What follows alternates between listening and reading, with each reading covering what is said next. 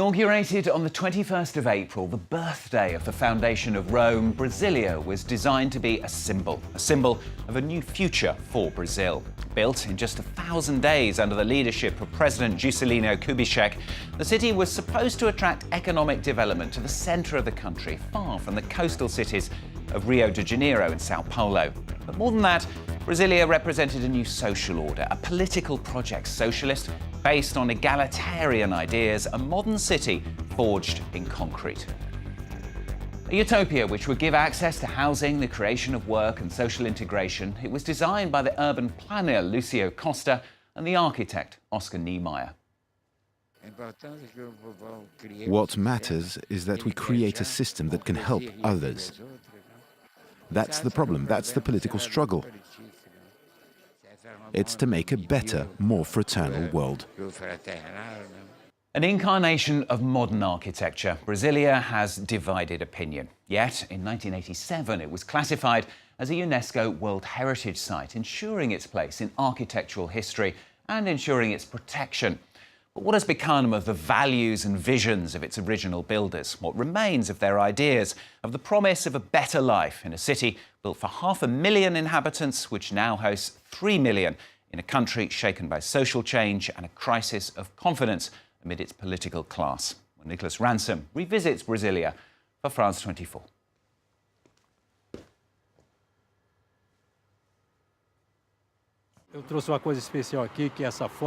I brought you something special. This is the only copy. It was taken in 1958. This is where the Congress building was built. Here I am, Claudio Nor, and that's another Candango. We called him Chico the Drunkard. I don't know if he's still alive. What you see over there, that's the site that would become the National Congress. Only a few of the thousands of men who built Brasilia are still around today. Pedro Claudio Nor is one of them. They were known as Candangos. If I had to build everything anew, I would do the same. It was very rewarding, a wonderful time. Wonderful, a marvel. Brasilia means everything to me.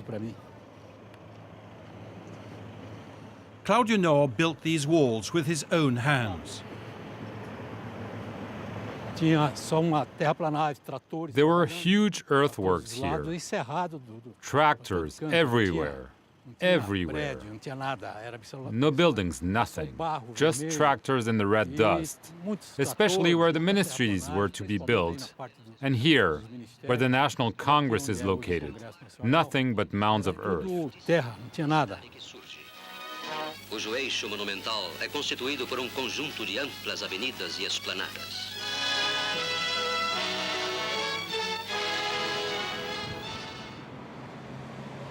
It's a city that sprang from the imagination of former Brazilian President Juscelino Kubitschek and modernist architect Oscar Niemeyer.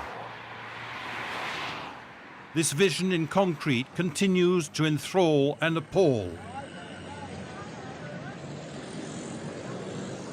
For our visit to Brasilia, we took a journey back in time, hopping in a Volkswagen named in honor of the city.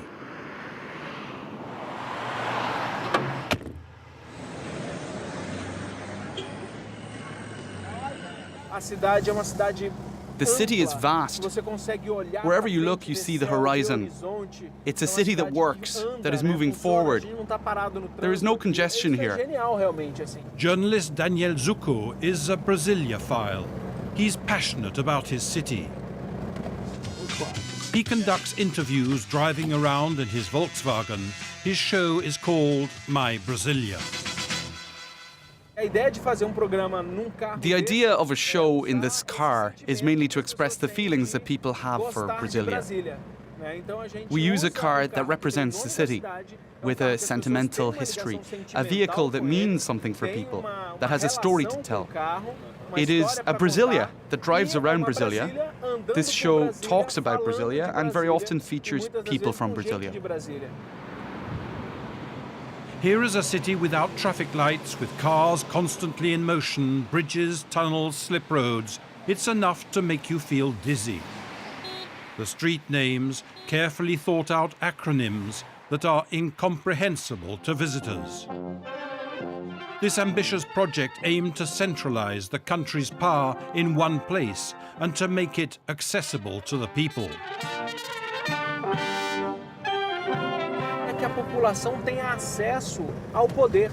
Here the population has access to power. The National Congress has no railings. The Planalto Palace, where the president works, has none either. Of course you need to be accredited to enter, but there are no barriers. People can get close to and even touch power.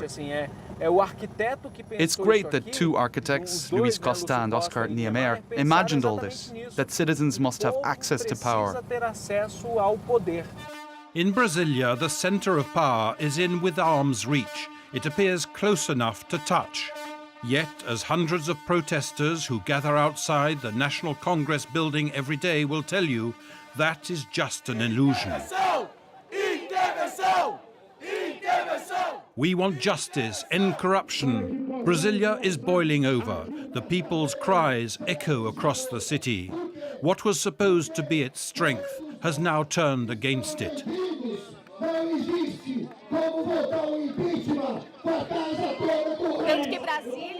Brasilia is very far from the major Brazilian centers. It's difficult to get people here because it's far. From Sao Paulo, from Rio, it's far from the south, the north.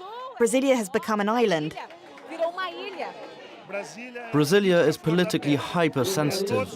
Every day there are political debates in the ministries with a plethora of civil servants. It's a concentration of power, a real political pressure cooker. At this protest, we meet Fernando. His group of activists has made history. They are the first ever protesters to camp out on the lawn of the Congress building. They've been there for a month. Today our movement is calling for the impeachment of Dilma Rousseff. We believe that it's only when the president goes Brazil will really change. Fernando is from a working-class family in Sao Paulo. In the 60s, hope and optimism brought people to Brasilia. Now Fernando is here to express his anger and disgust. As far as I'm concerned, Brasilia is letting the country down. It tries to take care of everyone, but in the end it takes care of nobody. And nobody knows what's going on there. I often say it's a city in the desert, forgotten by God and by the citizens. In reality, the Brazilian people are not interested in what's happening there and are disillusioned when they do know. It's 5 a.m. Antonia just missed her bus. She's been doing this commute for a decade. She lives on the outskirts of Brasilia, in a satellite town far from the center of power. You live that far? Oh my God, that's hard. At what time do you leave home? 5:05. Like hundreds of thousands of workers, Antonia feels marginalized. She belongs to the class that serves the elite. To start, we don't have the same privileges as people who live in the center. There they have health insurance. They live close to work. They don't endure what we live, an hour and a half, 2 hours of travel. Our life is very different. We don't have half of what they have. The capital is growing 3 times faster than any other city in Brazil.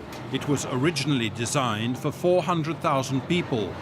By 2030, the population is expected to reach 5.6 million, 15 times more than that originally envisaged by urban planner Lucio Costa.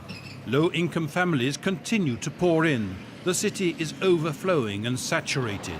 After an hour and a half on the road, Maria's on the last leg of her journey with a connection at Brazil's biggest bus station. We'll wait for the bus. It's already full. We'll take the other one.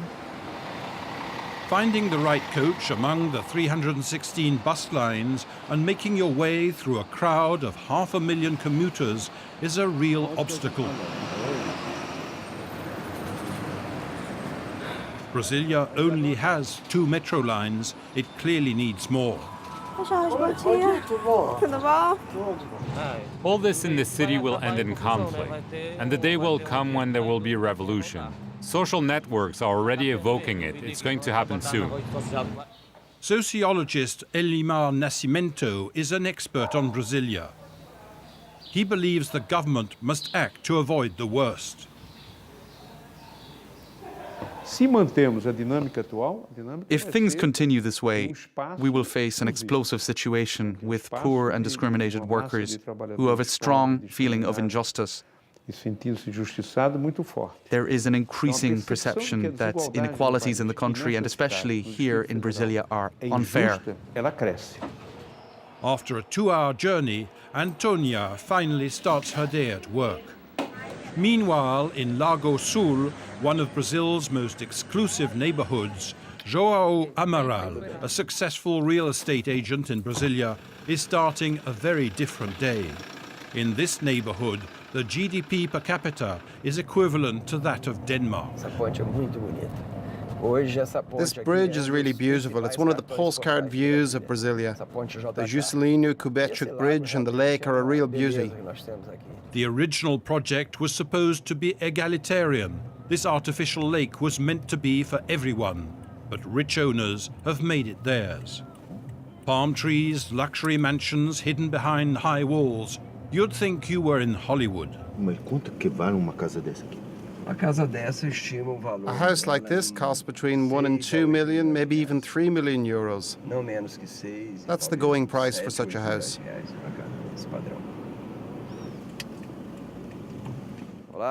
Despite the devastating economic crisis, the luxury real estate market is still buoyant here. This house, for example, is going to be leased to a diplomat. The rent, 6,000 euros a month.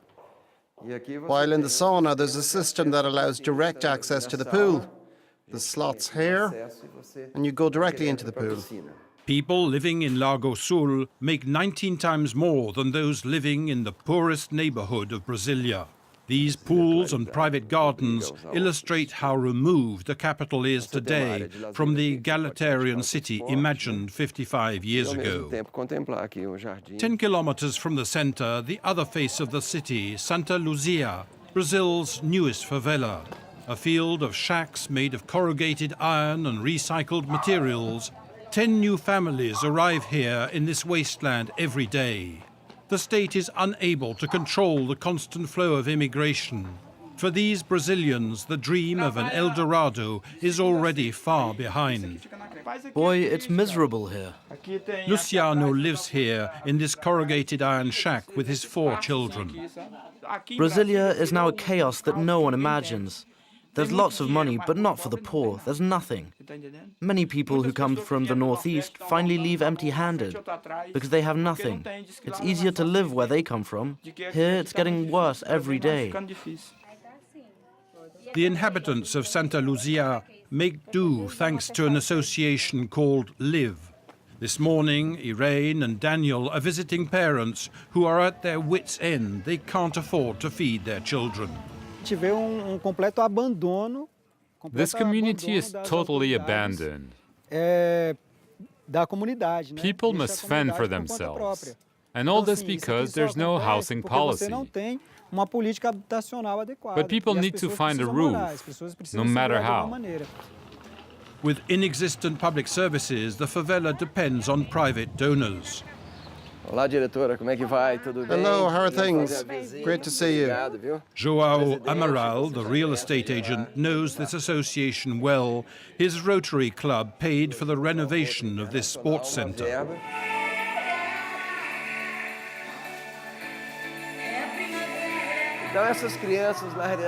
Most of these children have been saved from the environment they grew up in. And now they spend the day here, they do their homework, they've got cultural activities, and it provides further support to this community. Juscelino Kubitschek's dream failed to materialize. For many, this capital has become a cracked utopia. But Daniel and Claudio Nor still cling to the ideal of a magical city.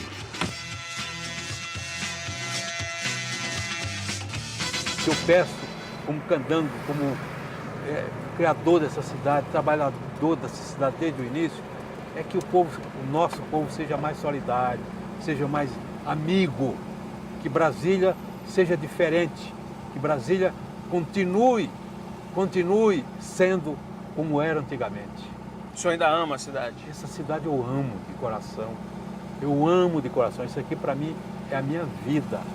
Brasília para mim é a minha vida, que é a minha vida. Seu Claudionor, muitíssimo obrigado pelo papo. E eu devo confessar que eu sou candango. A cidade não está pronta. Eu me considero um construtor da cidade porque a gente ainda está fazendo Brasília acontecer. E eu agradeço de verdade a coragem. Obrigado, filho. Obrigado, filho. De o senhor ter vindo fazer a minha cidade. Obrigado, filho. Hoje eu ganhei o dia. What do Daniel's tears betray, hopes or fears? Perhaps both.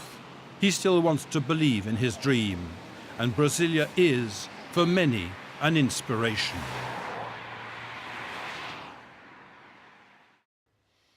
Nicholas Ransom revisiting Brasilia for France 24. But that's all from this week's edition. You can catch it again and all the previous editions on our website. That's france24.com. Thanks for watching and stay tuned for more.